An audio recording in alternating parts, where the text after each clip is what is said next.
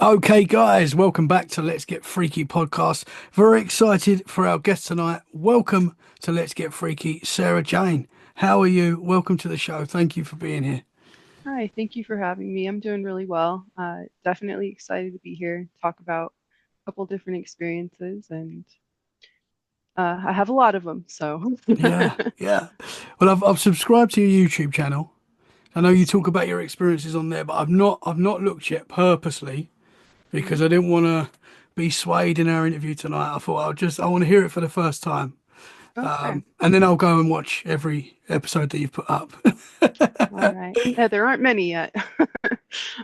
So yeah, I started a YouTube channel because I'm a lifelong experiencer. I'm 33 years old, and my very first contact with what I believe to be NHI was at the age of 2 years old. So, had, like I said, many experiences since then. And so, how I like to kind of navigate through these experiences is through art. I like to paint or draw. Um, it's also like a form of therapy just to like get these things out of my system and be able to put them aside. But I've created the YouTube channel kind of talking about the experiences behind these artworks that I have. And I make a lot of videos just for information sharing. I think it's something that's super important. Even if, I'm not trying to make people believe, but I think that sharing information is important just so we can compare notes and, try to hmm come to some conclusion because the phenomenon is so all over the place, Yeah, for There's sure. so I mean, many. that's all we've got really is talking to people. Obviously, we've got our own experiences, Hmm. and then I think that's why it's so good to talk about it and share experiences because that's how we learn more, I guess, hearing other people's, Exactly. and a lot of people's experiences are very similar, and then that's very interesting. Oh, you're frozen. We've frozen. Yeah, we froze a little. I can still hear you, but we froze. I'll just pause it for once. We're back. We're back. That happens sometime, unfortunately. Sometimes. So you're based. You don't have to say where you are. But you're on the West Coast right now. Yes, yes. Um, yeah, I'm in Bigfoot territory over here, but I Yes. don't have any Bigfoot experiences, at least not yet. Not yet. Not yet. But you've Yeah, not been looking. You've not been looking. You've got to get out there and. sure what I would do if I were to come across Bigfoot. Yeah. Yeah. I mean, I often joke that that is like one of my dreams. But I'm sure if I did see one, I would run and be very scared. I'm with you. I That's for would be the sure. same. Um, So yeah, most. Oh, go ahead. I was going to say, you was 2 years old when you first started having experiences. Do you Yeah. remember them experiences? Yeah, one of my first memories is actually seeing like a humanoid type being in my house. Just quickly, I had my own bedroom, and one night I got out of bed and was about to go to my parents' room, which is just down a very short hallway, uh, one door down from my bedroom. I remember peeking my head out the door and seeing like this. It looked like a little kid, a little bit taller than me, with no clothes on and short blonde hair and big eyes, and it almost seemed doll-like. Just there was no like expression on the face, and its eyes were just like staring into my soul, and it was just standing there in between the doorways, and um, I wasn't afraid. I don't know if it's just because lack of experience, I was too, but I was pretty curious about it, but I still, was cautious. I went back into my room and would keep peeking out the door, and eventually it was gone. So I went to my parents' bedroom and tried to tell my mom about it, and it's probably just a bad dream type of thing. And I went to sleep in her bed. And the reason why I've come to the conclusion that that was contact with NHI or humanoid type being is because later on, during a physical abduction that I experienced, I saw the same types of beings, but like by the hundreds. um, yeah, that's a whole other thing. But there's a connection there between my physical abduction this happened when I was 8 years old in the year 1999. Um, would you like me to get Yeah, into that? yeah. So, Can I just ask? So you was 2 years old when you first saw this young entity that you saw, mhm, and the entities that you saw, they were the they same were entities. almost exactly the same, just just slightly different features. Like if you were to look at like a row of people, like family, Okay. they look very similar, but just slightly, different. So from 2 to 8, did you see anything else like that in that period? No, no, no. Interesting. But I've had telepathic communication and with what I believe to be NHI, but I had never really seen. It was more just like voice telepathic communication in that way. I've had, like I said, I've had a lot of experiences, but my first download experience was when I was 4 years old. And yeah, I was downloaded with a type of mathematical code that I still use to this day, and I'm still not quite sure what it's for. Wow. So, yeah, I put it in my Instagram. I finally got to a point where I felt like I should probably write this down and like see what this is about. And I introduced this to a group of other experiencers, and a lot of them talked about like synesthesia, but it is not that. This is something that could be taught. Other people could not necessarily see it, but they could figure out the code and use the code. I'm still not sure what it's for, but Whoa. yeah, I could get into that too. But I'm not sure which experience you I, want to hear, the I want it the all. download experience or the physical abduction experience. I want Should everything. I I go want. in order of age? Yeah, that'd be cool. Since I brought up the abduction scenario first, I'll go ahead and talk about that one. So I'm from Southern California originally, and there was a couple beaches that my family would frequent for the summer. We would go camping at a place called Doheny State Beach. And then further down the road, there was San Onofre and San Mateo campgrounds. And this is very close to Catalina Island. If you know about Catalina Island, then you know.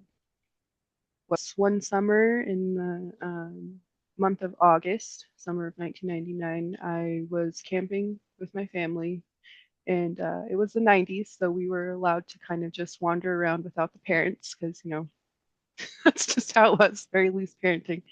And so while everyone was asleep, I would go out to my favorite lifeguard tower and just kind of chill. Didn't know I was meditating at the time, but I would meditate, 8-year-old meditating. And I remember staring out at the water, just above the water at the horizon, and I could see what looked like hundreds of red and green lights. I didn't know what orbs were at the time, but I know now that they are orbs. Um, they just appeared out of nowhere as if, I don't know, like they just like teleported into the sky. And I noticed that they were getting bigger as they were coming closer, and the green orbs went away, and the red ones actually went under the ocean and popped up maybe like, I don't know, like 150 feet in front of me, like on the shoreline. And they were, I guess I could compare them to like the size of a small SUV. And I tried to get up to run. I remember I did stand up, but I was frozen, and it wasn't like frozen out of fear. It was like something was stopping me from running. And I heard like the loudest boom, like a sonic boom, and everything just went black. And I ended up coming to outside of my tent. Um, I didn't have any clothes on, and it was just about before the sun came up. Nobody in my family or in the nearby camping spots. Nobody was awake yet, and I remember there was a train that runs behind the campground, and it was super loud, and it was on its way uh, toward the campground, and I could hear like tents unzipping and people waking up, and I was just so like confused and like in shock, and like I just hopped in my tent and got in my sleeping bag and um, eventually fell asleep. And this is where it gets, I mean, it's not, it gets weirder because I've come to realize that what I thought was me having a nightmare after falling asleep was actually like a memory recall experience of what I saw during my abduction. And so that being, that childlike being that I told you about, I remember being on a craft and being in my own little individual box that was like made out of metal. And there was a clear uh, glass or plexiglass type door in front of me that I could look out of. And there were rows and rows of these boxes with these childlike beings in them. And I could, I remember putting my head up and looking down, and just, it was like a never ending row of these beings. And they were just staring out of their boxes, just like I said, like expressionless, not blinking, not moving, and they were all naked. And that is the same, like I said, type of being that I saw when I was 2 years old. And still makes me wonder what those are, if they were human children or NHI or hybrid type beings. I'm still not quite sure about that. Hmm. Um, I know that I have certain beings that, like I said, I have telepathic communication with. And one of them let me know that the red orbs were like the scanner orbs. They scanned my body, and I don't know if I was chosen or, you know, I don't understand how that works, but apparently we all have something in common with our genetics. That's what I was told. So, I mean, that experience obviously stuck with me, and I didn't have very many people that I could talk to about it. I grew up in a very religious, like Christian family, and I was very different from them because of these experiences. Um, a lot of religious people look at these beings as like negative, evil entities, demons, and such. So whenever I would bring it up, it would cause a lot of problems. So these are things that I've kept inside for a really long time until I was introduced to other people like me. So um, yeah, that was my physical abduction experience. I know a lot of people talk about maybe abductions take place in like altered states or like astral Hmm. states or other out of body experiences, but the reason why I believe it was a actual physical abduction is because um, I never found my clothes. I never found my bathing suit that I was wearing. That was Hmm. gone. How do you explain that? Yeah, yeah, for sure. And that is something that I've been hearing a lot, and that you do hear a lot when you look into this subject, is that people that get abducted often return without clothes, which is very disturbing. But that's something that you hear a lot. Yeah, yeah. And the And little girl I, that you saw when you was two, she wasn't wearing clothes either. mm-mm. Not when I saw her when I was 2, and not when I saw her or other beings like her on, Hmm. I don't know if it was even a craft or some facility somewhere. Hmm. One thing I do want to note, and sure, it's speculative, but um, these beaches are really close to the San Onofre nuclear power plant, as well as a couple military bases. Hmm. So I actually ended up speaking with another experiencer I've met, and this person was doing military training at the base at the exact same time and saw the exact same thing, the orbs, the red orbs coming out of Wow. the water. And this person actually ended up doing a painting of it too. So that was kind of some confirmation for me. Yeah, yeah.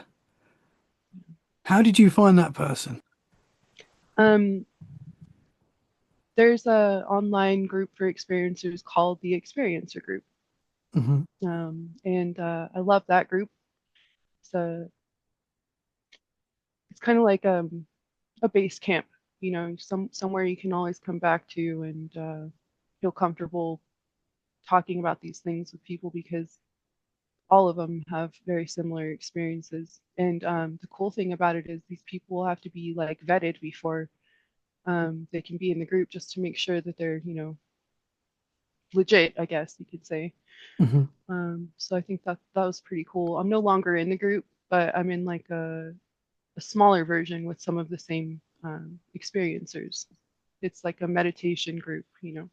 We use a lot of audio from the Monroe Institute, as well as the Triad Mind, which is a group started by Mark Serto, who is a sound engineer for the Monroe Institute and kind of like a personal friend to Robert Monroe. So that gets interesting. That group is Yeah, awesome as well.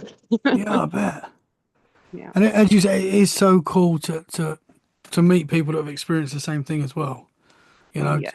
just it must help a lot, and it's why it's so like brave for people like you to talk out about this sort of stuff. That share your experiences, because I can't tell you how many times people will reach out to me and say, like, I listened to that episode and I've experienced that exact same thing. And for me that's great confirmation as well when I hear that. And there's a lot of people out there that experience it a lot more than people think. I That is know for it. sure.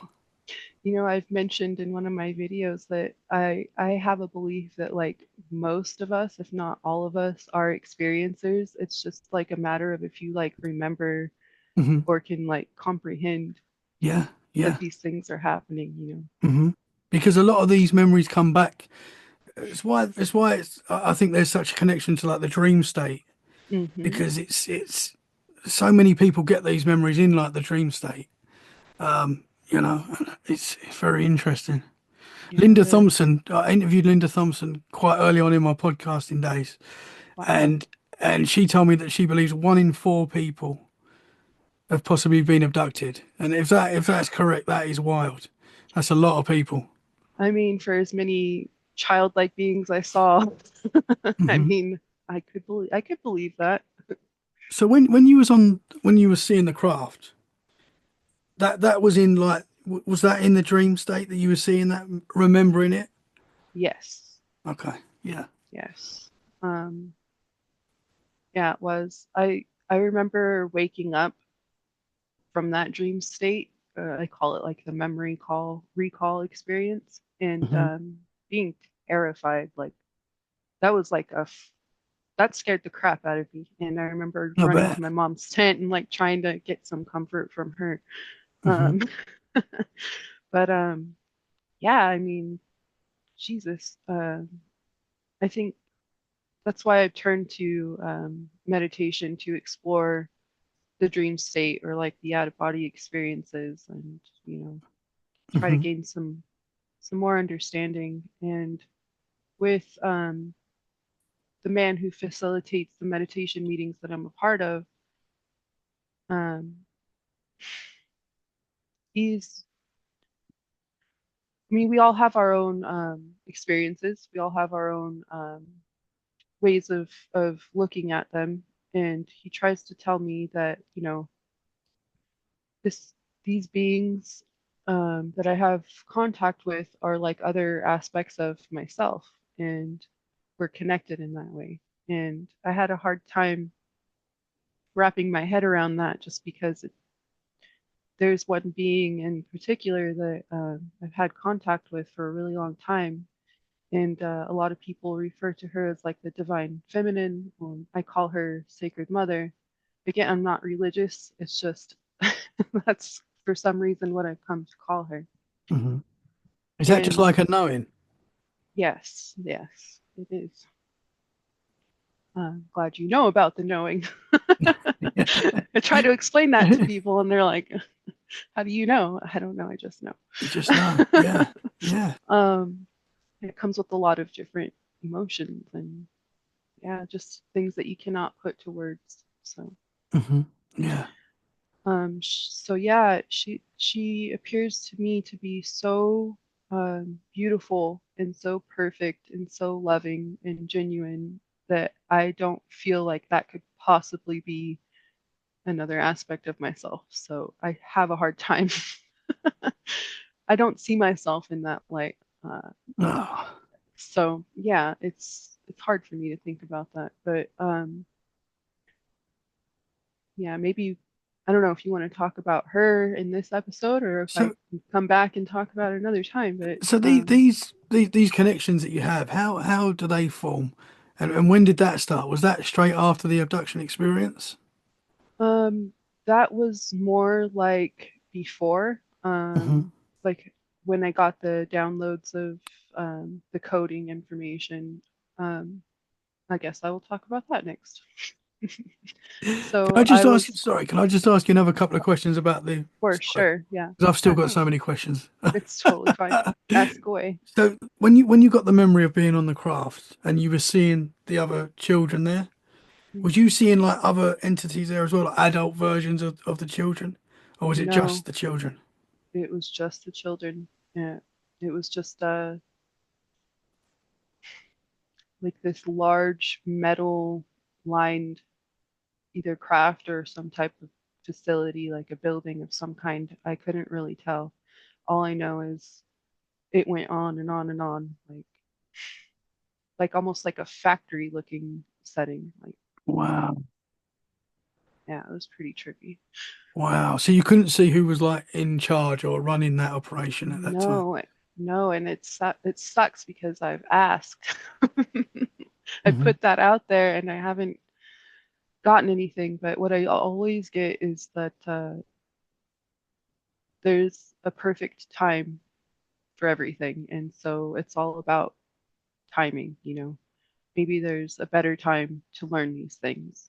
As much as, you know, you want to know everything all at once, Hmm. it doesn't work that way. Hmm. Yeah. So Do you think maybe we can't as well in this life or whatever we're experiencing right now? that might be possible. Things are beyond human comprehension for Hmm. sure. Hmm. Yeah. Yeah. Wow. Do you think in that moment was you a part of that? Um, was you with those children? Was you in that scenario as well? Yeah. Yeah. I remember being in in my own box just like them, and I could sense that I was in the same type of row of children or beings, childlike beings like that. And it's just weird because I didn't notice any other like brunettes like me. They were all blonde Hmm. with big, big blue eyes. So Wow. Wow. I mean, a difficult question, but any idea what they were or what you were doing there? I know that might be difficult. no, I did get the message later on in my life that there was something that we all had in common genetically, and it kind of lines up with something that some other beings I have contact with told me, which is that I was I am or I'm going to be the first of a certain race, the first female of a certain race. I don't know, but Interesting. yeah, that's that's still something I don't understand. Um, but yeah, the beings that told me that, I guess you can compare them to like the Nordics, Hmm. how Hmm. they look. Um, yeah, That's I kind of like didn't. how I was seeing the kids you were describing. Like when you said the Mhm. blonde, blue eyes, I'm seeing like maybe young Nordics. Like, Yeah, yeah. Thought about that, and I remember watching one of Richard Dolan's talks with, oh, I can't remember his name, someone that's from Puerto Rico that interviewed some fishermen, and someone, one of the fishermen was told that the Nordics are like the first set of this particular race, but then there's like a newer version of them, and they come with darker skin and darker hair. So I'm like, oh, Interesting. interesting. That's just something that, Yeah. popped in my head. Yeah. Who knows? It's I very don't, interesting. Do yeah. you see these entities now, or is it like a feeling? Um, it's not like I'm seeing you. It's more like it almost feels like, yeah, it is a feeling, but I also get like a flash of an image of them. And there's seven of them. And so I painted them and I call them the seven wonders because I don't know what they are exactly. They Hmm. kind of communicated what they could be to me, but there's always kind of like a skeptical side of me still, Hmm. which I think it's healthy. Yeah, for sure. Yeah. Um, so yeah, I mean, yeah, there's a lot going on there. Yeah. Um, Are they always around? no, well, they say they are, but I don't always sense them. The first time that I saw these seven beings, I was actually, I mentioned that I have constant telepathic communication with a couple different types of beings, and I didn't have any communication or any like strange occurrences, experiences for about 2 weeks, which is very out of the norm for me. And I was feeling a little bit frustrated and kind of like the feeling of abandonment, Hmm. just because I was so used to the presence and like, being able to ask for, I guess, guidance and things like that. There was nothing for 2 weeks solid, and it just felt abandoned. And I remember being in a Zoom meeting with a meditation group facilitator, who's a good friend of mine, and telling him that how I was feeling, and just I was crying. I remember crying and just being very emotional at this time. And as soon as I finished telling him that I felt abandoned, I saw them. They appeared to me, and it was uh, it was so strange. It came with almost the same kind of feeling that Sacred Mother has, like this very loving, protective energy. And they told me that I'm never alone. They're always watching over me, always protecting me, and um, I do have like a purpose. And they explained to me um, I had like seven. This is very specific. I have 7 years to basically get my experiences out into these paintings and these videos because I guess in a way it's supposed to help other people, maybe who are going through the same things as me, just to let them know that they're not alone in these experiences that they're having. And yeah, just like what we're doing now, kind of like helping people to compare notes and have some a little bit of confirmation that we're not Hmm. insane. We're not Yeah. insane. This is happening to a lot of people, and for some reason, it's still such a taboo subject. Hmm. But so yeah, they were the ones that told me that I am, or I'm going to be the first female of their race.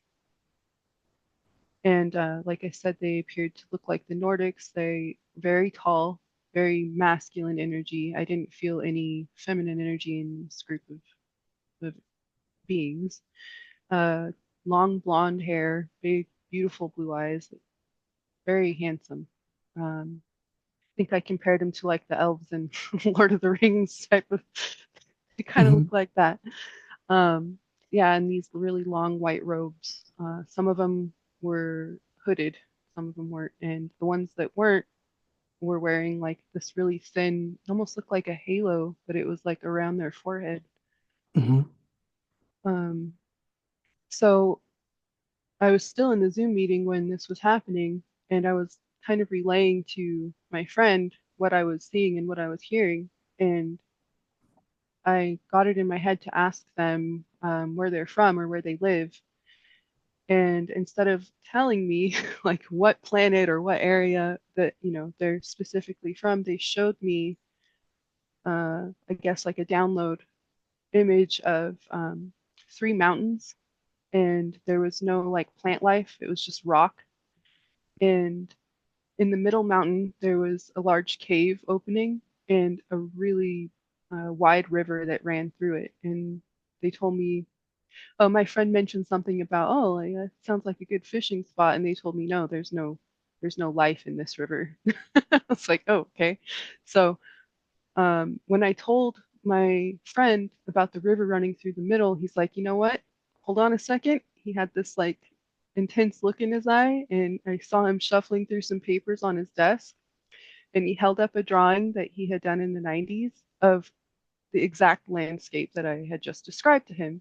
And he said, this is really weird because I just organized my office and found this drawing and for some reason put it in the stack of papers on my desk. Like Wow. he just found that drawing from the 90s. But that is super Wow. weird. I mean, another coincidence. We say that Yeah. quite a lot in the paranormal, but I don't believe in coincidences anymore. Oh, There's too synchronicities. many. Wow. Yeah. Yeah, I thought that was really cool. And Hmm. so yeah, that So was the first encounter with them that I are you know of that I are can you, recall. are you connecting with them every day? Is this an everyday thing? No, um, no, not every day.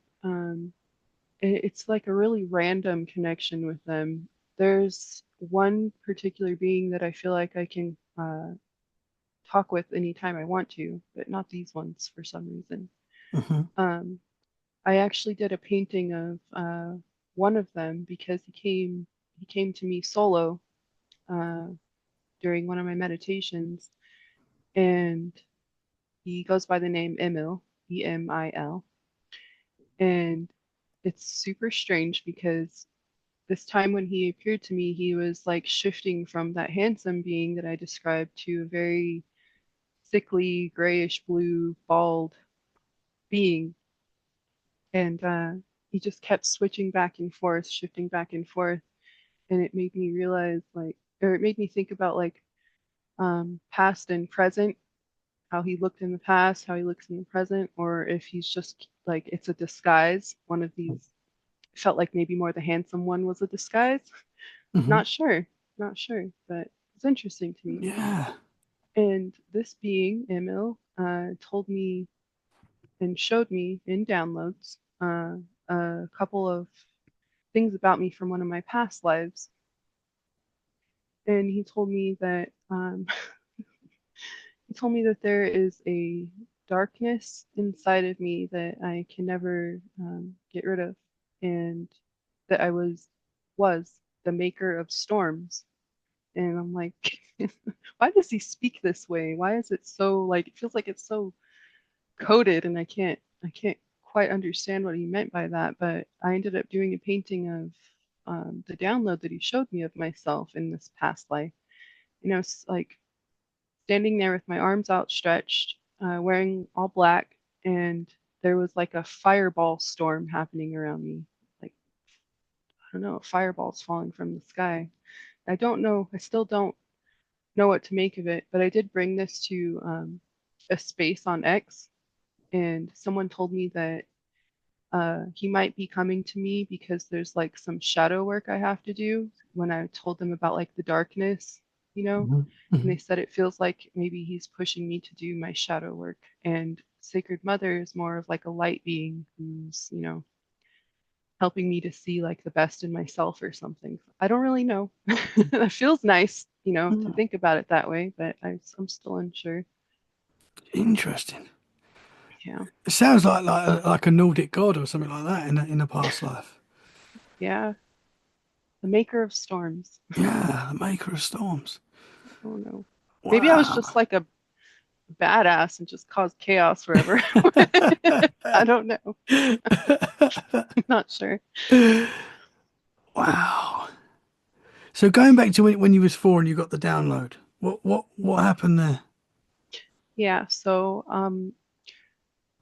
around the age of 2, my biological father ended up exiting stage left. My parents split up, and she met what would become my stepdad.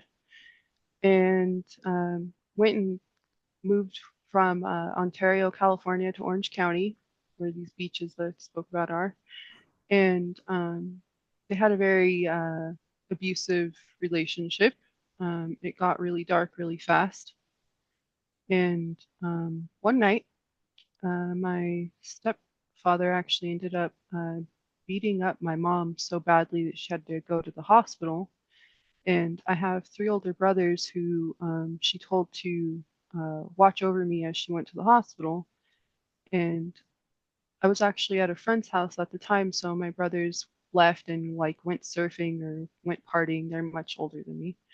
And when it came time to for my friends to have dinner, I ate with them and then I went home and nobody was home.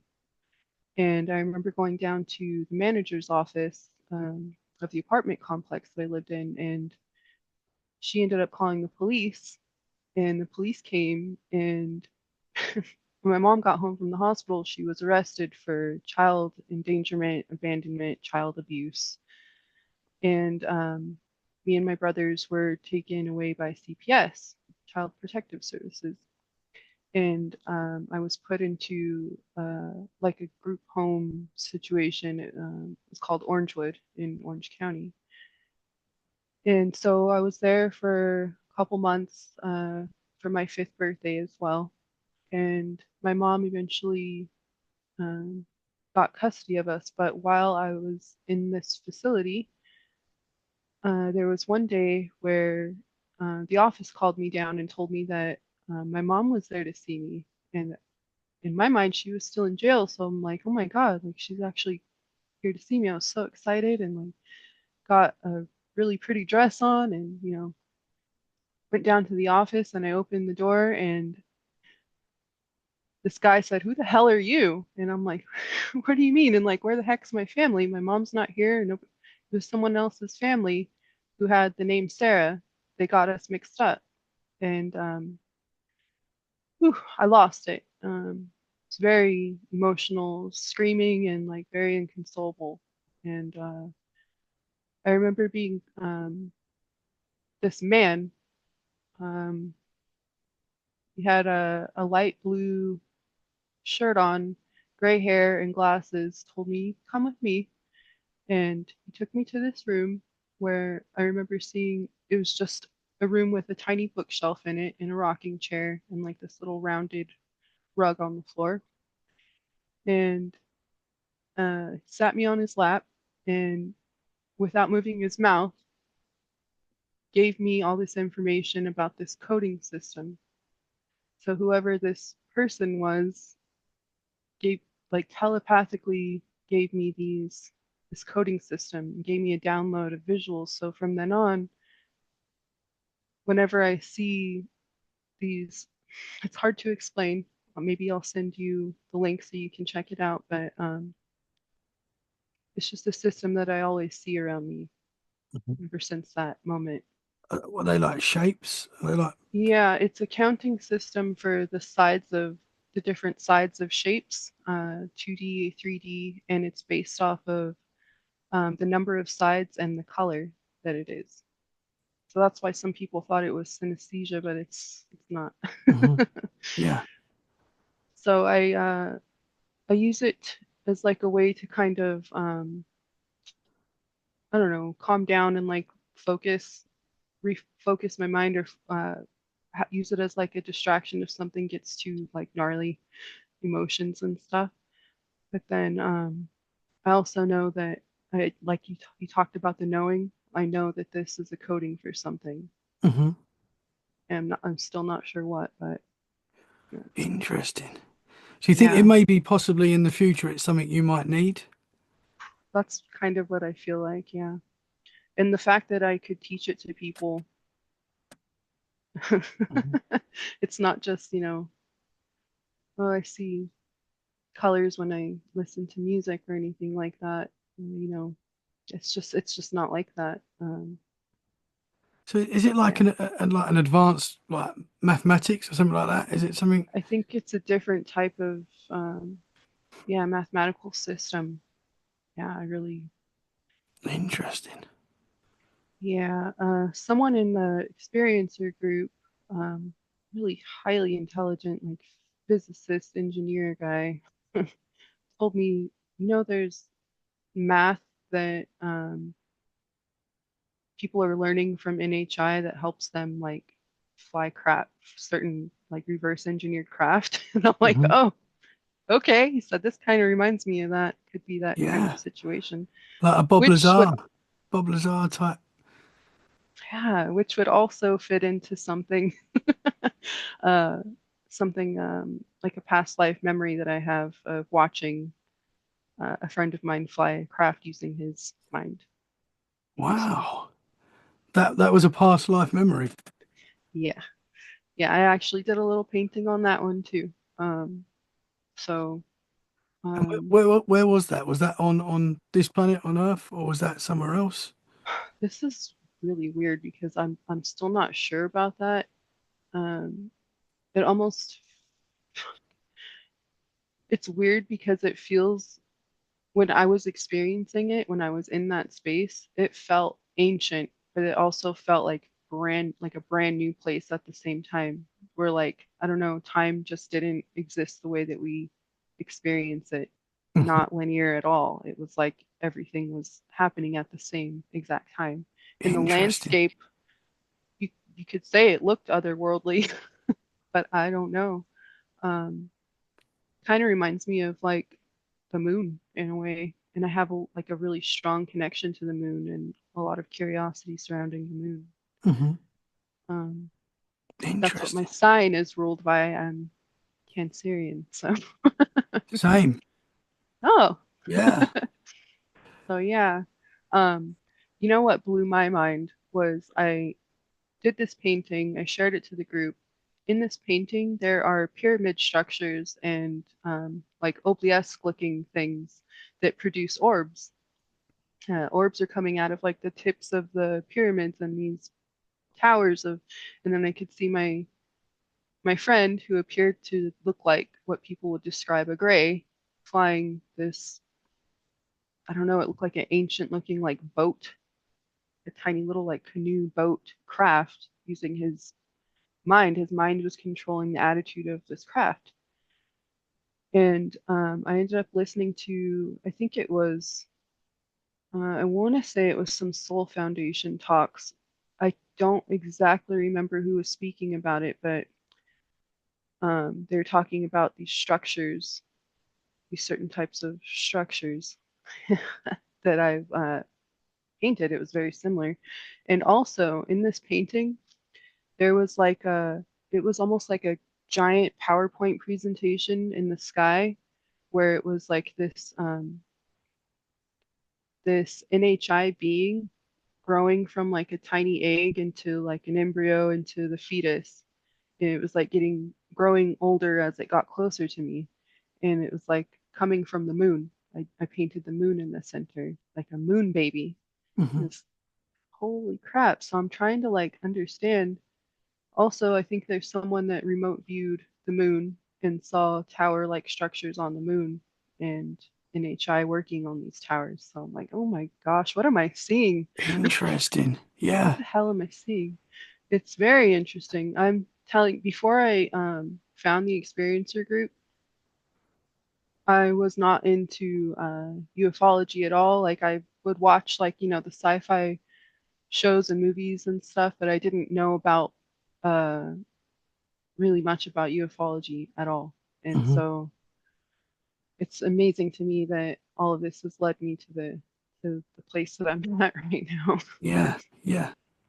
Forever searching for the answers to these experiences. Hmm. So many questions, so Yeah. many strange coincidences, Yeah. We synchronicities. don't believe in them anymore. That's for sure. No, no, hell no. Wow. That's wild that was a past life experience. And obviously you're seeing, like you said, like the pyramids and stuff like that. Yeah, 'Cause yeah, and it's weird. I'm not sure if it's a past life experience or if I Mhm. was viewing into the future. I have ways of, I don't call it remote viewing because I don't follow the remote viewing protocol. Um, like remote viewing is like a tool used to uh, measure accuracy on what someone's viewing. I Hmm. don't follow a protocol. Most of the time, it just comes to me. I'm not sure if I'm like subconsciously trying, but it doesn't feel like I'm trying at all, and it just comes to me in that way. I've Hmm. done a lot of. I like to refer it to like a bilocation viewing, where you're fully aware of being in your body, but you can travel to other places. Hmm. So I do a Interesting. lot of bilocation viewings. But Interesting. yeah, so I wasn't sure if I was, like I said, it felt ancient but brand new. Hmm. I wasn't sure if it was the past or the future or if those things are truly not separate. Yeah. It's interesting because when we look back at like Egypt, like the Egyptians, and there's so much mystery. No one really knows how that started. No one really knows how far they got with technology and stuff like that. You know, Mm-hmm. it seems like they were really advanced and all of a sudden it stopped for whatever reason. Who knows? Like possibly you could Yeah, be seeing something from that time, you know? it's highly possible because not only do I have a strong curiosity about the moon, but I also have a very strong curiosity about the pyramids in Egypt. Yeah, yeah.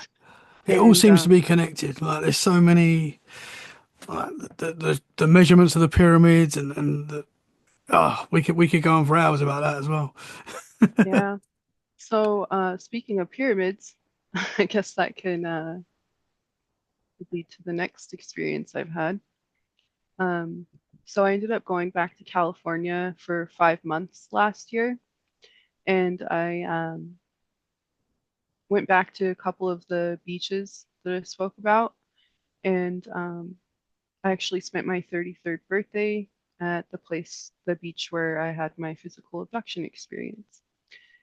I wanted to go back because I felt a strong pull to be back in that space and maybe try to find like a new understanding of what happened to me and maybe possibly why. So when I went back, I felt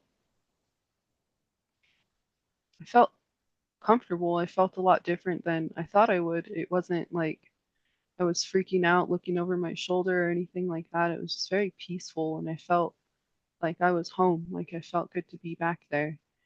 And I don't remember what prompted it, but my family sat down with me at a picnic table and we all started talking about anomalous experiences, which is, I think I mentioned before, not something my family was open to talking about because it was all evil. But my stepdad mentioned being in the desert. He was a truck driver and he saw what he doesn't know about ufology at all. He doesn't even have a smartphone to be looking up things or anything like that. He described a tic-tac shaped craft, a cigar shaped craft that he saw in the desert. And I'm like, holy crap, you saw a craft? And he described how it was like messing with him in a playful way. He wasn't he This is important to mention, I think, that he didn't have any fear surrounding this. And not only did he mention that, my mother mentioned that when she was staying at my great grandfather's house for the summer, my great grandfather happened to work for NASA. He worked on like lunar modules and he worked on like, I think it was the Mercury capsules or the Mercury missions. And so he was very I feel like there's a connection there, but I'll tell you Yeah. what I'm talking about first. She spent the summer at his house, and she actually had an incident or experience where she woke up naked across the street in the field. And I had told her about my experience since we were at the beach. I felt finally comfortable enough to talk to her about it. And she's like, I had the same type of experience, but at Grandpa Tony's house. And I'm like, huh. Hmm.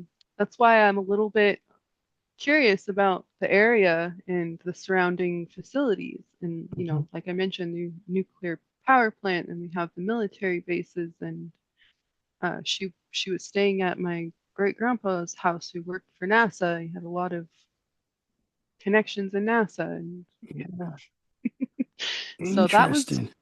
yeah, and that was actually like, even though it was she described it described it as being a scary experience, which is totally understandable, I still felt like, oh God, I'm glad I said something, and I'm glad Hmm. she was able to tell me her experience, and we could finally like talk about this. And like the fact that I was told that my genetics are why I was abducted or picked up makes me think that there's something in my family's like, Hmm.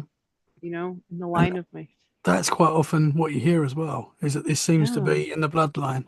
Do you know how old your mum was when that happened? I When she think she said experienced. she was 9 or 10 years old. Okay, so a Yeah. similar age. Yeah. So that would have been in like 72 or something, Hmm. 72, 73. Um, Wow. yeah. And my brother, oh no, I'll talk about my sister and then my brother because that connects to another experience.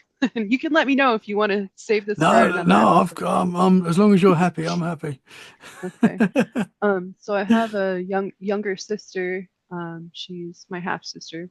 Um, I was staying at her house during these 5 months of being back in California, and we got to talking about these different experiences. And she actually ended up going to Contact in the desert with me. I got us tickets, and I was like, "Let's go, let's go meet these awesome people and like sit in and listen to these wild conversations, and see what we can get out of it." She ended up telling me that when she was in high school, she was partaking in a little bit of the green stuff with her friends at the park one night. And she remembers looking up and seeing a triangle shape in the sky, blacker than the rest of the sky around it. She said that there were no lights on it. She could just see this huge triangle above her. And like I said, my family is not into ufology. They do not really know much about this stuff. So I didn't feel like she was making this up at all. And she said that she wasn't afraid. It just stayed there for a while and eventually it left. And she asked her friends if they saw it. And I think she said one of them saw it, but the other one wasn't really paying attention. And so I'm like, okay, well, that must have been, nice to hear that someone else around you saw it. Hmm. Not everybody's so lucky to have that. But yeah, there's something else. I've had a lot of like I have a lot of precognitive dreams, and I know that I can feel the difference between like a regular dream and a precognitive dream. There's a certain feeling and Hmm. the knowing that it comes with. A lot of my precognitive dreams, they end up playing out, they end up happening. So I kind of learned to be able to tell which ones are and aren't. So And will you there's dream, you'll dream something and then it will happen. yes, yes. Interesting. Um, not always exactly down to, the fine details, but close enough to where I understand like I was being prepared for this moment. Hmm. And can you change the outcome, or is it? I didn't think that I could, but I think it's possible now. I do think that's possible. I don't recall ever really trying to change the outcome. Hmm. Um, a lot of these precognitive dreams that I had when I was younger were horrible experiences involving physical and like sexual abuse scenarios. And I was told by the NHI, supposed NHI that I have contact with, that these things that happen are supposed to happen, but I'll be okay. Just, letting you know what's going to happen to you. Hmm. And for some reason, they do. Um, so as the years go by, I've been having the same reoccurring precognitive dream about, and a lot of people experiencers talk about like a certain event that's going to happen and like various years that this event is going to happen. Um,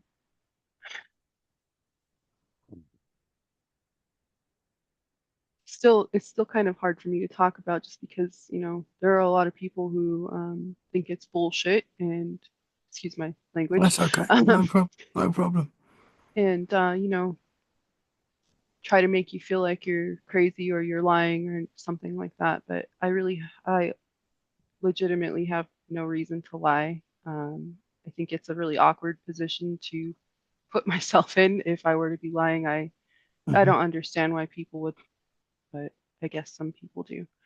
Um, but I've been told that a certain event is going to take place, and a lot of people are going to uh, they're going to get hurt, and a lot of people are going to die. And it involves something man-made. It's not NHI's doing. I've been told that this is just something that's part of our evolution, and it's definitely not the first time that it's happened. Um, so I've had this precognitive dream where I'm the passenger in a truck or like an RV type of vehicle, and I'm in Southern California, and I'm on the freeway.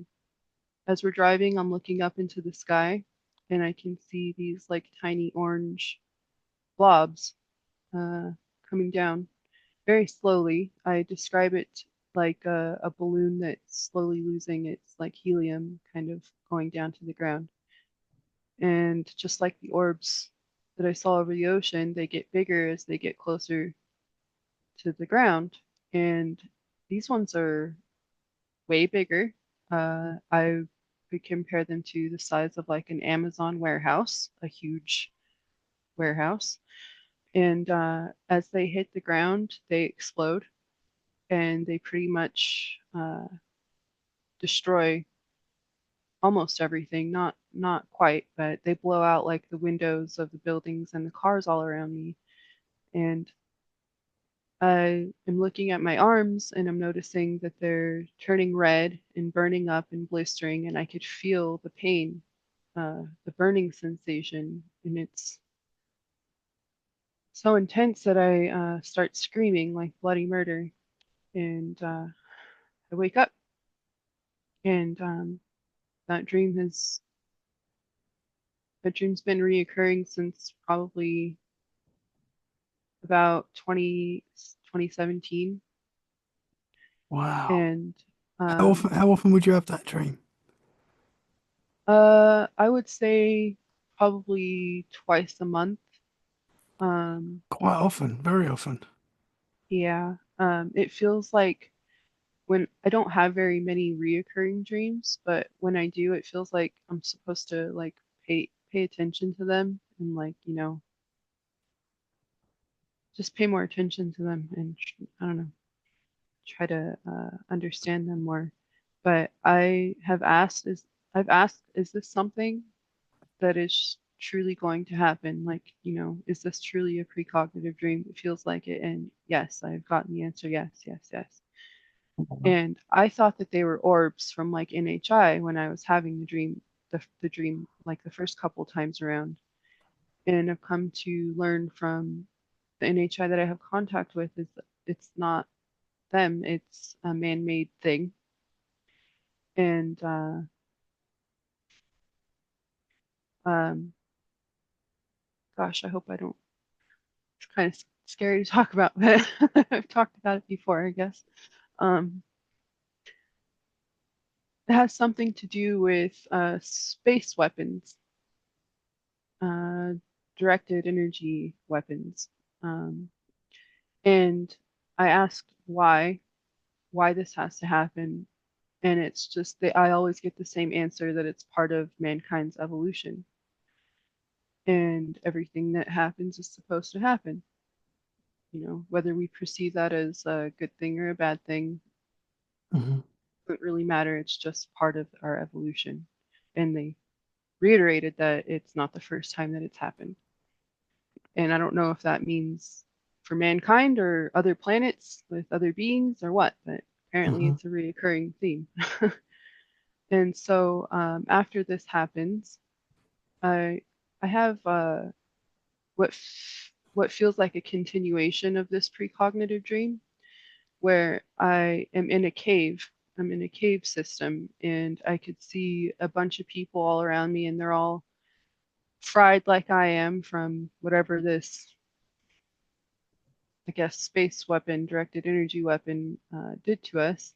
Everybody's hair is fried, and they're all red like they just got out of a hot tub, and they're all looking for people. Like it's like a meetup point, trying to find like their loved ones or people that they feel like, they need to connect with. I remember seeing uh, lights and generators, and uh, it felt very it felt like it was very sorry, I'm like feeling the feelings like I'm back there every time I think about it. um just yeah, just like a meetup point for all of the people who survived this, and are directed to this cave. I couldn't tell you right now where this cave is. I have my suspicions, but I feel like there are many other experiencers who understand what I'm talking about, and they've possibly gotten the same I've been sent. Um, Oh, and you all, just pause for a second there. Sorry. I don't know what happened there. Just pause for a second. We're back. We're back. so after I see this, the dream shifts to I'm at a gated like community, like a compound. It feels like a military run compound. It's very well kept. There's a gym, a school, a store. I'm allowed to wander free and like meet other people and get a feel of the territory. And I come across this man who's dressed in green clothing, and he's a Caucasian man with really light blue eyes. And he has on a green hat or helmet of some kind.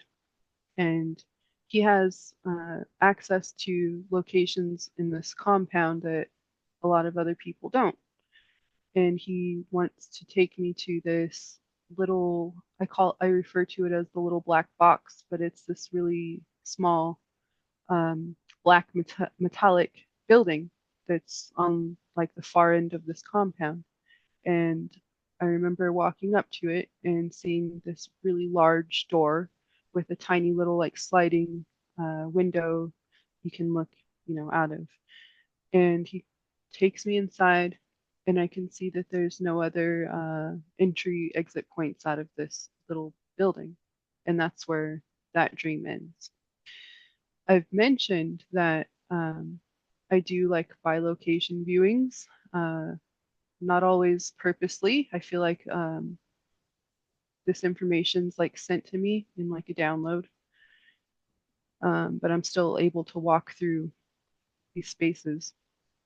So I still don't know what category to put it in. Maybe it's not even necessary to do it, but um, so I've actually done a viewing on what's underneath this little black box building, and as I was doing this viewing, I had the urge to get out a piece of paper and a marker and draw and write out everything that I could see.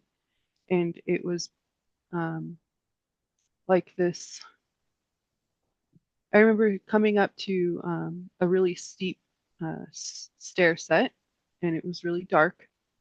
And as I got closer, I could see like really dim lights, and I just have this knowing. I could sense that there were like metal detectors, heat signature detect heat heat detectors, sensors. There was built-in scales in each step uh, to weigh whoever was going down and coming up the stairs, and it felt very like secure.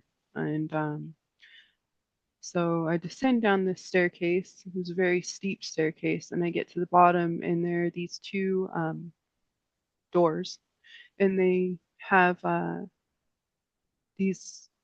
I guess it's like an ID checkpoint. I couldn't tell if it was like a hand scan or like an eye scan or badge or whatever, but I just saw them there, and they opened up like hospital doors, like automatic doors. The one that on the right side opens outward, the one on the left opens towards you.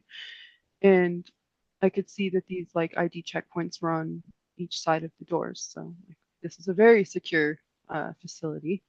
And as I walked down, it was a hallway, and there's two doors on the right and two on the left. The doors on the right, I could just sense and pick up slight images of what looked like office spaces. And I could see like men in military uniforms with like the badges. And the last door on the left was a very large room, and it had a really big round table, and it sat 12 people at this round table, and it was like the meeting room. On the opposite side of the hall, it was more like a monitor room. There were monitors up against the wall, and I could see like lab coats, and I could see people pressing buttons and just like monitoring something. And I guess that I drew all of this out. It was a really crappy drawing, but I did the best I could at the time. I exited out of these rooms and I came to an elevator at the end of the hallway. And again, there's the checkpoint, ID checkpoint on the elevator. Get in the elevator and I could sense that it took quite a lot of time to get to the next floor down. And I get to another hallway. It's significantly longer than the first one, and there are multiple rooms again, but I didn't really venture into these rooms. It just felt like maybe it was more offices, and it didn't feel like there were as many people on in this section. So I go down to the end of the hallway, and I get to um, a really big room at the end there, and I could see a really large metal rectangular table and two chairs on either side. And then I look over at the back end of this room and I could see what looked like a giant aquarium, a really large plate of glass. And it looked like there was water in this tank, but I couldn't tell you if it was water, but I did know that it was clear. And what I could see inside this tank was what people would describe as a gray being floating in the tank. And it was alive, and it was communicating with me, and it was telling me that it had been there for a really long time and it was waiting to be let out. And I got this overwhelming feeling of sadness, and I couldn't tell if it was like me sympathizing, thinking that it was like a prisoner of war situation. And as I was thinking and feeling that, it told me that no, it could leave any time that it wants to.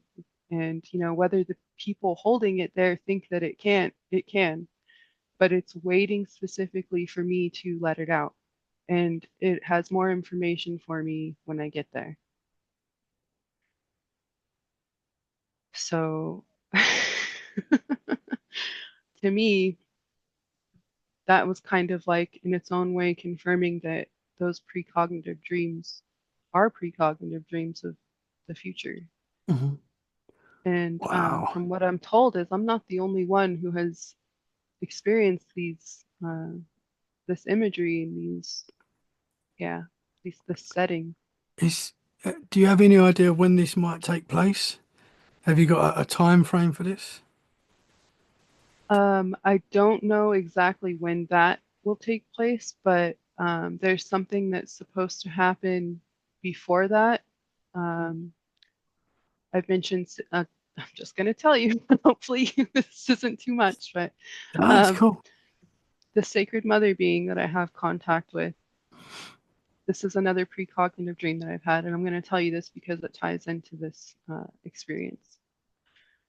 Um, I am in the middle of a forest of pine trees, and it's nighttime, and I'm walking up to um, this clearing in the middle of the forest and slightly like flattened land, and resting there is a flat um, disc type craft, and on top of this craft are about 100 female, like adult females, and some children, little girls, all standing there wearing long white tubular shaped dresses, like long sleeves, not much form to them. It's just like a straight tube that they're wearing.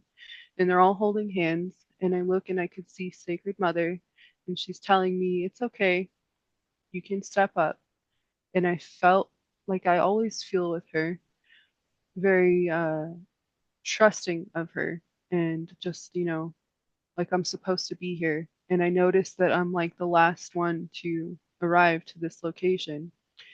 They were all like waiting for me. And I step up onto the craft and I take the hand of Sacred Mother and the woman next to me, who I don't know who she is. I don't recognize her. I don't know her as far as I can recall. I don't know. And as soon as I do, we start to hover and ascend into the sky, and the craft below us starts spinning, and we're hovering above the craft. We're not spinning per se, but our inner beings are. This craft is, it sounds so crazy, but this craft is powered by this triangle necklace that she's wearing. And inside of this necklace, it looks like a blue electrical storm is going off. And she let me know that it's her necklace that's powering this craft. So this craft is spinning the being, our consciousness, our spirit out of us.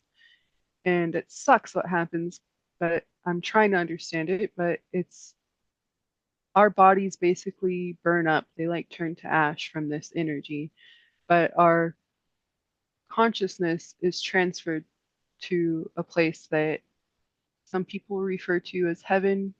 I refer to it as the in between. It's like a pathway or like a waiting room. I believe in reincarnation. And so I think that it's the space where souls or, consciousness passes through to either get to another body to inhabit, or like call it the waiting room, just wait it out and see which direction they want to go in. Um, Apparently, she told me that there's this huge energy shift that's going to happen on Earth, and the energy of us women that were on this craft, as well as okay, so basically 100,000 experiencers like us are going to be, our energy, our consciousness is going to be needed to keep this space open after this huge energy shift.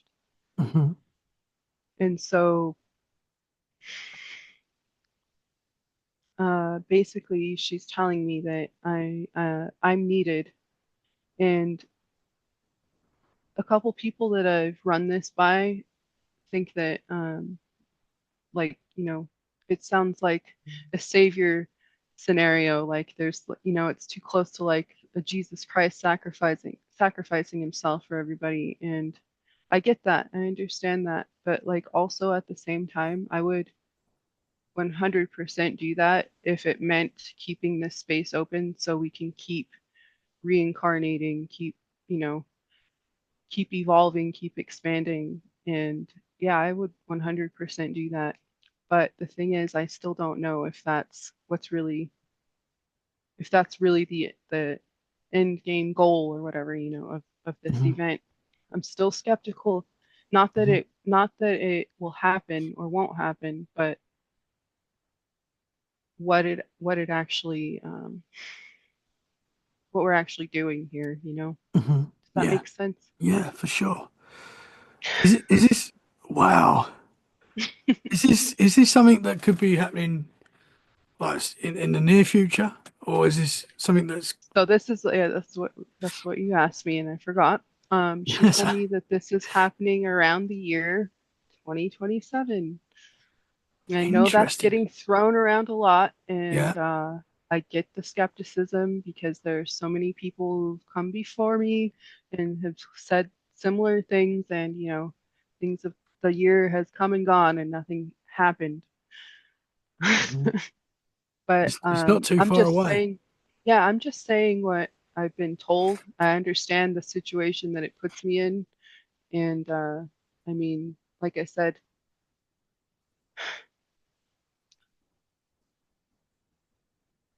who knows? Just Hmm. really, who knows? And I just like think it's still important to share because this is something that's really happening to Hmm. me and Yeah, I'm sure to other people and still gotta wonder why, you know. Um, so yeah, I don't know if you have any other questions about that, I've got but so many. I mean, 2027, you're right, is a year that we're hearing a lot at the moment for a lot of different reasons. yeah, I mean, you look at where the world is going right now with AI and things like that. We're definitely we're moving at a rate that is scarily fast. I mean, I yeah, read an article today. I don't know how true it is, of that Elon Musk is talking about building an army of robots. I literally read hmm, that today. Now, if that's correct, we got some wild times coming. That's for sure. So I mean, it doesn't sound too crazy that we could build, like as humans, we could build something that could potentially destroy us, destroy yeah, ourselves. It's possibly happened before in the past. You know, when we look at, as we say, Egypt and things like that, were we so far advanced and we destroyed ourselves? You can see it happening. You can yeah, see with wars that are going on around the world and stuff like that, that unfortunately humans destroy things and ourselves. And it's yeah. quite History scary. tends to repeat itself. For sure, yeah, we don't learn. We don't learn, and so I don't. I'm taking it in what you're saying, and it's yeah, it's interesting. It's quite scary.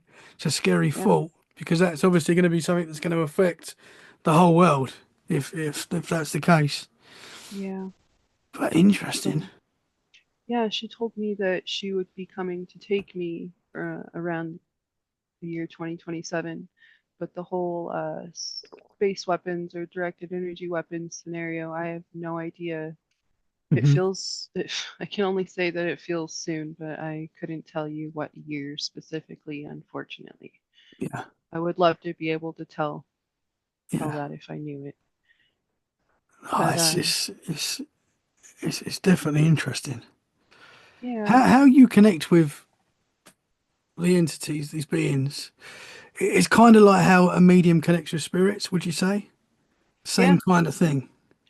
yeah. So I've had my share of connecting with spirits, but not, it's never me um, asking for the connection. It's just the entities that I sense that are around me, inhabiting the same, sort of like the same space, different dimension.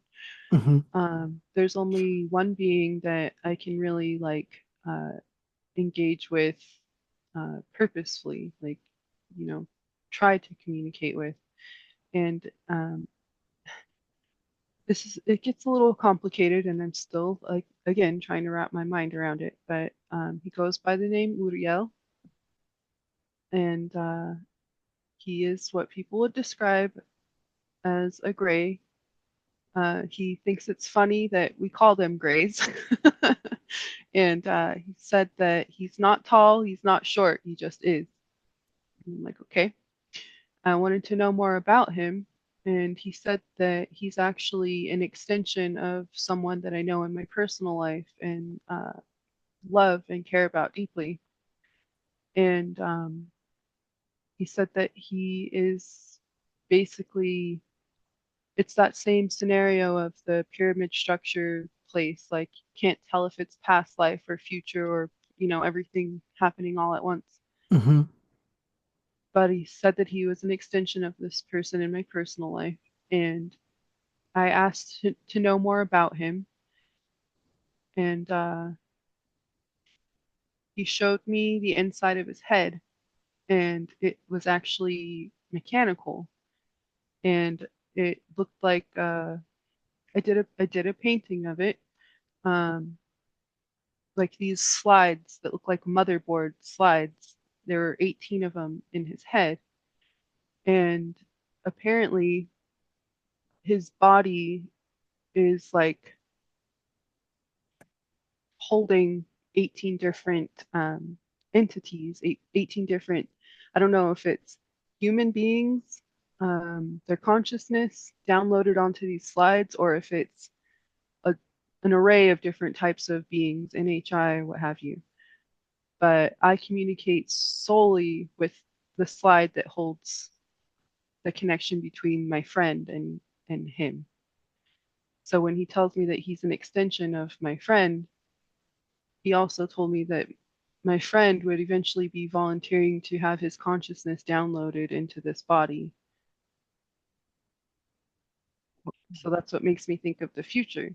Hmm. He's a being from the future. But also, I mentioned in the past life or future, whatever that scenario was with the pyramids, that Hmm. was him flying his craft using his mind. Wow. So it's all connected. Yeah, yeah. Wow, And that's so he's the one that I can talk to, and I get answers back pretty quickly. Like he's always there, always mhm. willing to help. He said that he, like the others, that he's always been here. So, How did you okay. first make a connection with him, that entity? Um, Probably the year, I want to say 2019. Um, yeah, he showed up in that dream scenario, and then eventually only one time did he actually appear to be physically here with me, like like my husband next to me, or like my kids, like in physical form next to me. And I was feeling really depressed, and he did. A lot of people think that the Greys are like super serious in business, and they have like one, like a one track mind, like just get tasks done. But he was actually really playful, and he did like this, this silly little dance in front of me to like try to cheer me up. And it's so much like, it reminds me so much of like what my friend might do, if I was feeling down, try to cheer me up. So I felt like an instant connection with him, and he's always helpful. I feel like he's the one that sends me a lot of like sends me into a lot of these like bilocation viewing experiences because he wants me to get more information. God, I have so much going on in my head constantly, and, and he tries to help me not be so overwhelmed with all of it. He tries to Hmm. help me make sense of it the best that he can, because he's existing in a plane where it's like totally different than how we experience our reality, and communication can get a little scrambled or like take a little bit more time to like register, come through to me. Hmm. So yeah, Would you say they funny. kind of need us, these entities, like they need our consciousness or whatever it is? I think that they are us. Interesting. Okay. I Yeah. think when he tells me that he's an extension of my friend, Hmm. it makes me feel like it's more than just like a small connection. It is us, Hmm. and that um, it's evolution. It's the evolution of mankind. When you talk about AI, that pretty much fits right into it, and Hmm. the direction that mankind is heading. Yeah. And AI used to freak me out when I would see like the generated images of like people. I get like the heebie-jeebies. I'm like totally over that now. I think that in a way I kind of understand, um, as far as like evolution goes, why we're heading in this direction. It makes me think that we're not what we think we are, that we're possibly the AI creation of beings before us. Who's to say that we're not? Hmm. And it makes me, like I said, I am not religious, but this is an example that I've talked about with people, how like God or source energy was experiencing solitude and wanted to learn more about itself. So it broke itself off into fractals to experience, have all different types of experiences and learn about itself through these experiences. It's just going on and on and on and evolving and expanding. So I think if you think about AI being like that it's not so bad. Hmm. Yeah. It's just so different from what we know, but it doesn't mean that it's necessarily a bad thing. Hmm. Also, they most of the beings that I've talked to said that people do have a choice if they want to reincarnate and keep being, living in the human existence, having the human experience, they can. Humans aren't going to be completely wiped out. It's just, things are going to happen in a different way. There's going to be Hmm. branches of mankind going in different directions. Yeah, yeah. Some of them are going to be fused with AI and some of them aren't. Hmm. Yeah, yeah. Well, we can see it happening. Like we can see it happening already, I think. Yeah, Even you think with our cell phones, like we need them now. They've actually become a part of our life. Like I couldn't survive without a cell phone now.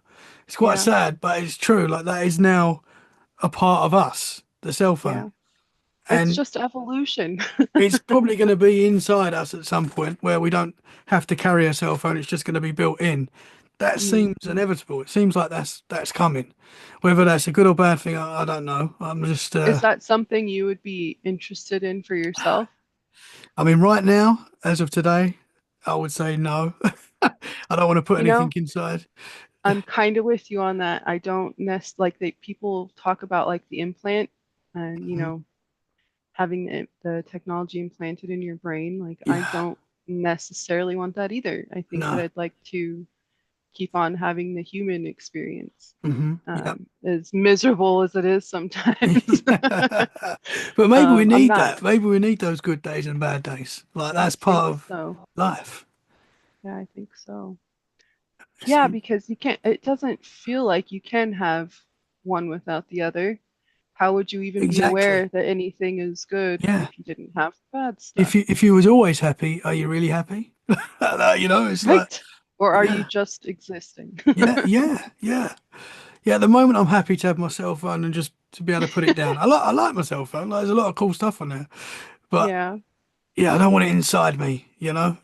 But I I feel get like it. I feel like that's coming though.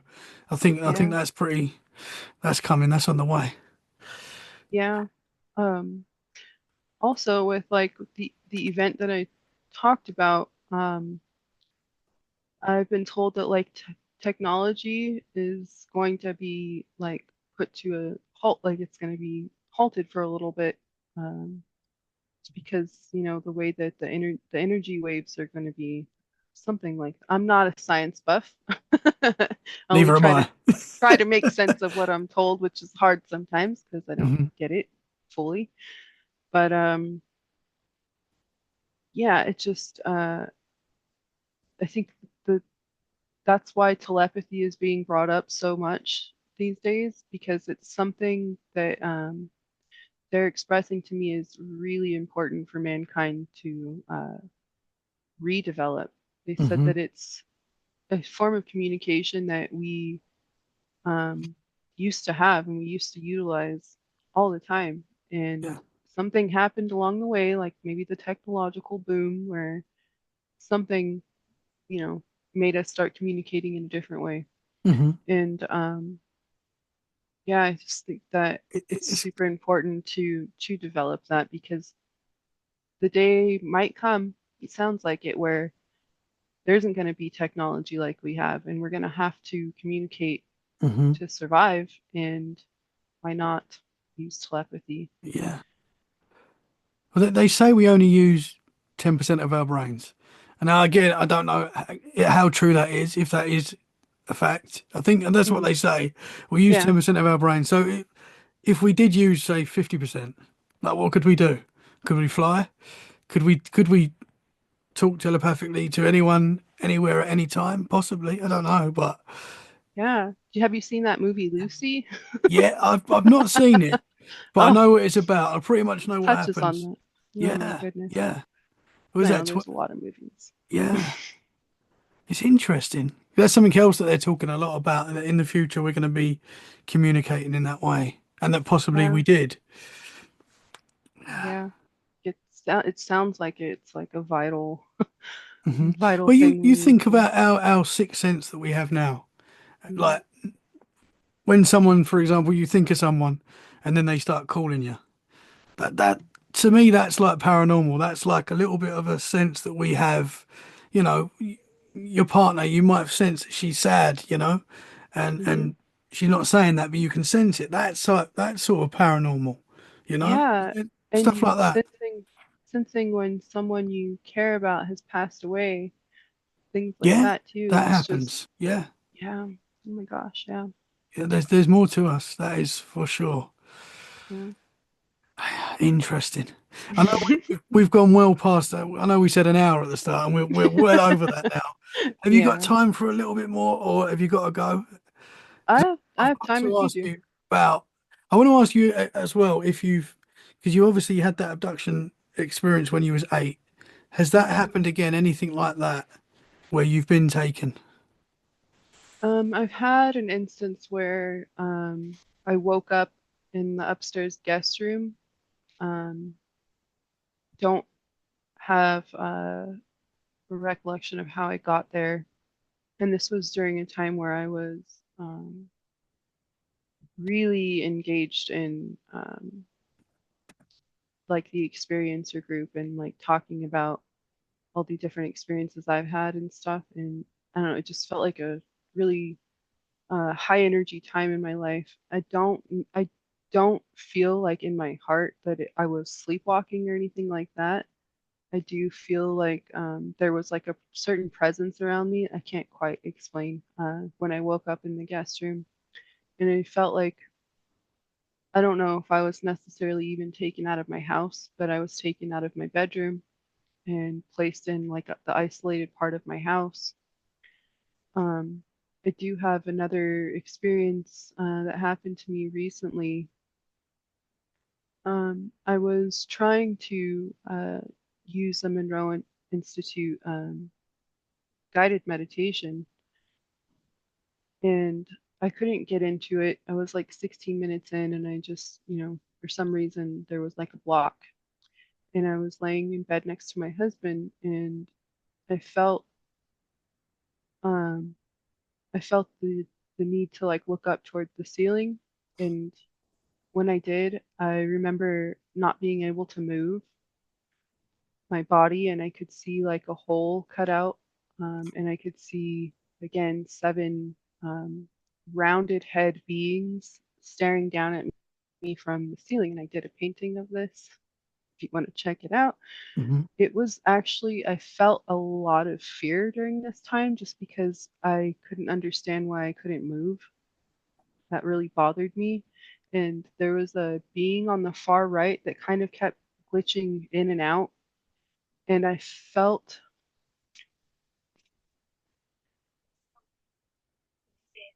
sorry, my uh, Amazon box started talking. Um, that was weird.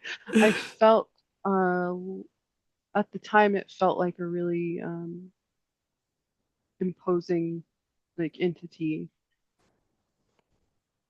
Okay, I haven't actually talked about this yet because I didn't really know how to go about it without having like a lot of emotion behind it. But I still think it's important to share.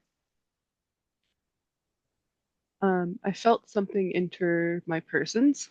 Um, it was cold, and uh, I felt like I was being held down by the being that kept glitching in and out. And uh, yeah, it almost felt it almost felt like a rape scenario. And when I was finally able to move, I like, sat straight up and like woke my husband up, and I was shaking and trying to explain to him what had just happened to me. And he did the best he could in trying to comfort me. And I he knows that I have like strange experiences all the time, so give a little grace to him. He didn't really treat it as like a big deal, so he ended up turning around, going back to sleep. But I went upstairs and locked myself in the bathroom and just tried to like, I don't know, tried my best to calm down, but I was also terrified to come back into the room. It's actually this room, and it actually cutout was almost right above my head where I'm sitting. Oh, Um, man. but yeah, I just felt scared. I felt like someone was gonna come like get me in the bathroom. And yeah, I actually wrote one of my best friends and had them kind of like help me calm down and like talk me through it and try to get some answers. Like, well, did they asked me if I asked what the purpose of that visit was, and like, no, I didn't really think to ask that. I'm just trying to like get get over the fear of what just happened. And I remember I actually feeling like something uh, like a cold liquid running down my legs, and I thought I was actually like urinating on myself, but it was cold and clear, and it wasn't urine. And so eventually, I calmed down. I went and made myself tea, and I asked telepathically what the hell just happened to me and why. And they told me that it was a procedure to prepare me for something that was supposed to happen, a pregnancy, actually. Um, it was like a in vitro fertilization type of situation. And I let them know that I didn't want that. And they said, okay, like, okay, you don't want it. But it was something that I was actually expecting for a while, but it caught me off guard because I thought that it was understood that I didn't want that to happen. Hmm. So yeah, it wasn't an abduction scenario, but it was again, it had been a really long time since I had like physical contact like that, Hmm. or Hmm. that was actually the first time that I can recall at all, that type of situation, but the physical contact. Yeah, so I tried to come at it with a different understanding, not be angry about it and not be fearful. Just, okay, they were trying to make this pregnancy happen and they realized I didn't want it to happen, or, I'm not ready for that. Um, Hmm. so yeah, that was that. That was that Wow. experience. Thank you for sharing. I know it's difficult talking about this sort of stuff, and thank you for sharing it. Um, it is hard. It is very hard with these subjects. Man. Yeah, I hear, all the time of women with their disappearing pregnancies or like, surprise pregnancies. They're not, it's like the whole Virgin Mary Hmm. situation happening to a lot of women, or like women realizing that their eggs are being taken from them. And, then there's always the thought of like the hybrid programs going on, which, yeah, I mean, Hmm. Yeah. who knows? Yeah. But it apparently is happening. So Hmm. Yeah. Yeah. Wow. again, it I, makes me think about the genetics. hmm. What is it about my genetics specifically that makes them interested? Hmm. And it seems to be, as you said earlier, in the bloodline as well, which Hmm. in so many of these cases it seems to be the case. You want to hear something crazy? Might Oh, not be so oh crazy to you yes. though. I actually had a twin, and I think my mom said about 5 or 6 months, maybe not 6 months, maybe more like 4 or 5 months into the pregnancy, the twin just disappeared. She went to get a scan and it was gone. So Oh, there's another me wow. somewhere. Wow. So when your mum first got the scan, there was two. Hmm. Yeah. Wow. And what was do you know what the doctors, was there any explanation? Was there any?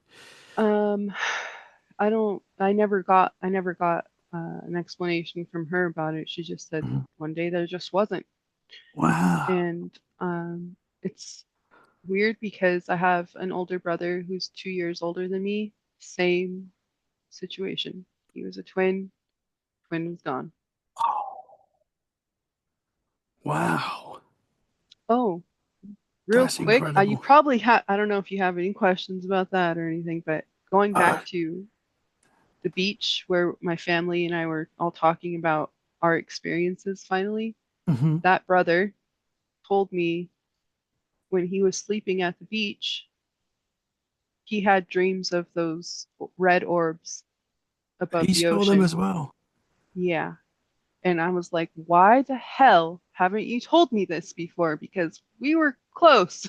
Yeah, yeah, It would have been nice to know that you were having these yeah, dreams of these orbs. And, you know, he, yeah, it just would have yeah, been nice to know, but at least he told me. And I'm like, okay, mhm, this is definitely not just a me thing. yeah. It's Well, my that's family. why it's so important with brave people like yourself that share these experiences because it helps so many people. So many people feel alone and think they're experiencing this on their own, and they're really not. You know, this is going on everywhere to a lot of people. Yeah. So, Yeah. And whether, there's still a side of me that questions it all. And whether it's, really as it appears to be or not, it's still something that a lot of people are experiencing. hmm hmm And, yeah, wherever this is all happening from, I mean, hmm I'd like to know, but yeah. like know for sure, definitively, but hmm hard it's hard to get those types of confirmations. Hopefully, we'll get those answers. Hopefully, Yeah, have we got time? Because I was meant to ask you right at the start, and mm, and one of the first things you messaged me about the reptilian that you saw. We got time to talk about that? Because yeah, I need to know yeah. what happened there. So, yeah, I remember around that time, it was in 2023. I was feeling really low energy for a couple days straight and just like really tired and grumpy. And something just made me feel like I needed to go to bed early. And I ended up going to sleep. And I woke up in the middle of the night in my room. It's like I have blackout curtains.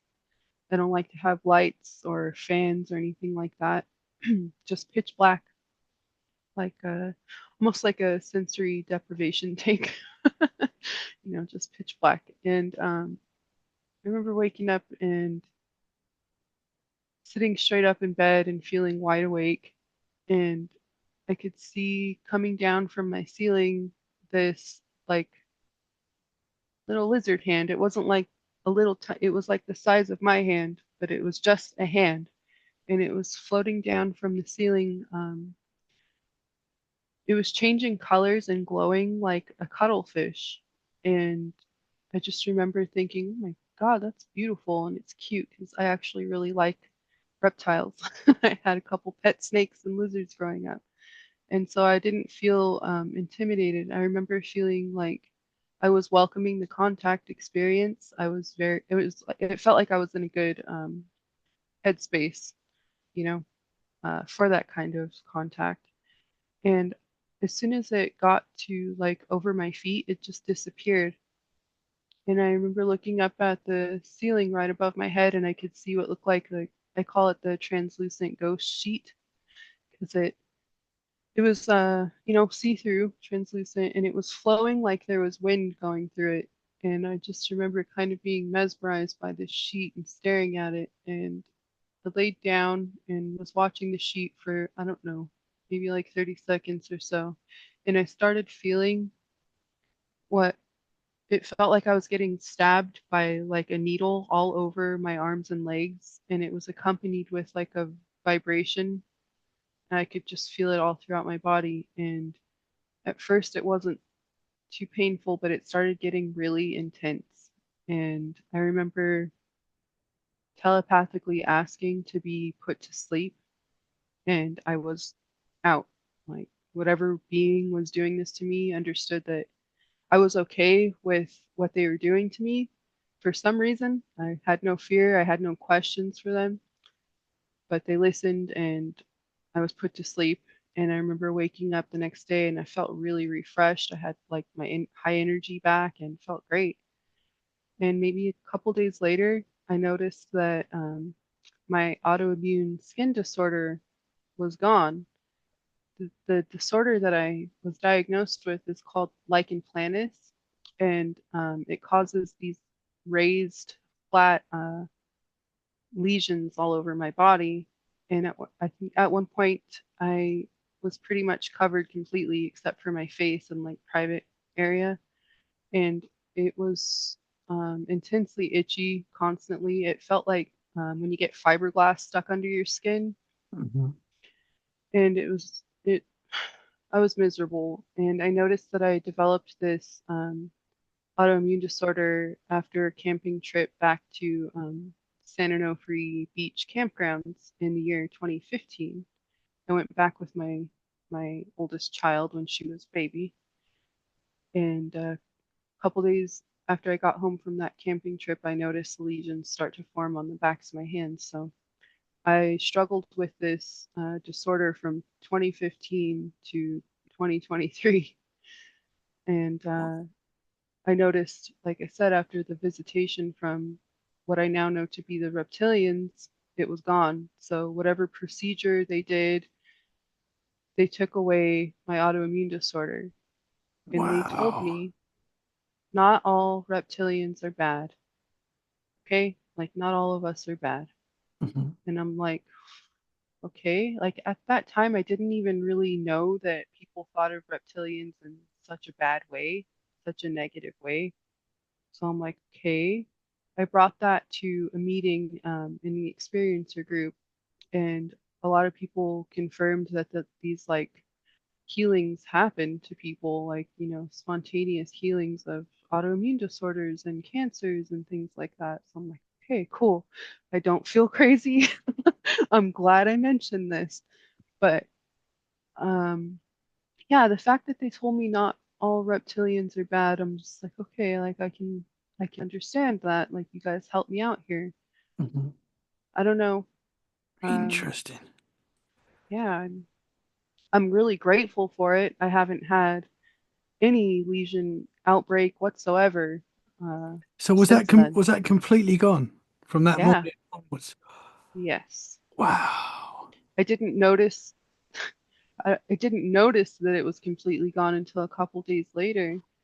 But yeah, I mean, whatever they were doing to me, the painful procedure that felt like I was being poked all over, it makes me feel like they were like totally working on my skin, and obviously something happened where it's I don't have this disorder anymore. Hmm. I just think Wow. that's really, really nice of them. I think that's a really kind act because I was miserable. Hmm. And I would like to know other people's. That's why I kind of tuned into your podcast and someone was talking about reptilians because I want to know more about them. I want to Hmm. know, Yeah. majority of the things I've heard are really negative, and I'm like, Yeah. Yeah. shh, Yeah. I think that's possibly the first positive I've really? heard when it comes to reptilians. Yeah. I'm Hmm. pretty sure. I mean, there might be. I've heard a lot of things, but it is normally. You're right. It's normally a negative. They come with a negative aspect to them. But Yeah, I totally interesting. understand. People. I believe people when they say they've had negative experiences with them. I mean, why Hmm. wouldn't why wouldn't you know So you saw the hand, and you said it was human shaped hand, but like a reptilian form. No, it was like the size of an adult human hand, but it was Oh, okay. a reptile hand. Yeah, it Okay. had the scales and the little claws, and Hmm. yeah, it was changing all kinds of neon colors and like glowing in the dark.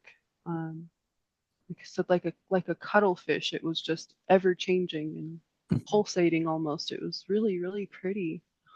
Wow. In my painting, I am not a professional artist, a fine artist by any means, so I couldn't really capture it the way I wanted to, but it was just so it was so pretty. I can't even. Hmm. Hmm. But yeah, I mean, Interesting. another interesting thing that they told me was that I have reptilian DNA. Hmm. Okay. I'm like, okay, so I'm family? Like, what is this then? Is that why you Yeah. helped me? Like, interesting. So, have you heard of other people being told that they have reptilian I've not. DNA? I don't believe so. No.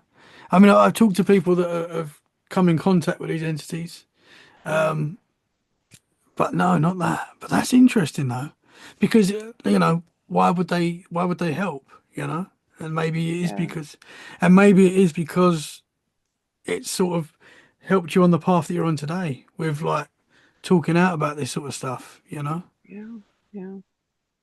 Oh, Um, it's interesting. It's very yeah, I want to interesting. believe that there's good in in the reptilians. Hmm. Yeah. If I really do have reptilian DNA, I'm not a terrible person. No, no, for sure. For sure. Yeah. I don't know. Yeah. It's all very interesting Hmm. Yeah. for sure. It is. It is. And I want to thank you so much. We've gone well over our time. We're nearly at 2 hours. So I'm sorry about that. But No, it that's was totally just fine. super interesting. And I Yeah, really appreciate you coming on and talking so honestly and openly. It's difficult to talk about this sort of stuff. I find it hard to talk about some of my experiences. yeah. And and it is so I thank you very much. And I hope Oh, it helps anyone listening that might be going through this. Not everyone wants to come on a podcast and talk about it. I get yeah, that, but if it can help someone that's experiencing similar stuff, that has experienced this sort of stuff, and just wants to know that there's more people out there. So it's great what you're doing. So thank you thank very you. much. Thank you for having a space where people can feel safe enough to talk about their experiences. Um, I just want to mention what I like about your podcast is you're not like you're just listening, you're taking in the information. You're not trying to make people feel like what they experience is like wrong or anything like that, like trying trying to argue or anything. You're just providing a space. Hmm. I think that's Well, really thank you, important. thank you. Thank you. That's what I want this to be, a safe space for Mm, anyone that wants to share their experiences. mm. I'll But let you know if I have any Bigfoot experiences. yeah, you need to start looking out. You're in I the prime area. I have a So couple friends who want to go look for them with me, so yeah, maybe do it, and let me know what happens because I that will. is one of my favorite subjects as well. Right Sarah, on. thank you so much. I hope this is the first of many conversations. You're welcome back anytime. Thank you. Can you tell the listeners where they can find you? Yeah, I have a YouTube channel. It's ERL Orbs, ORBS. Yeah, you can find me there, and there's links to like Instagram if you want to hit me up on Instagram. But I'm making some videos for information sharing there. So yeah, we can talk whatever you'd like to talk about. So Awesome, awesome. Well, I'm going to be watching. I'm subscribed already to your channel, but I'm going to be watching now.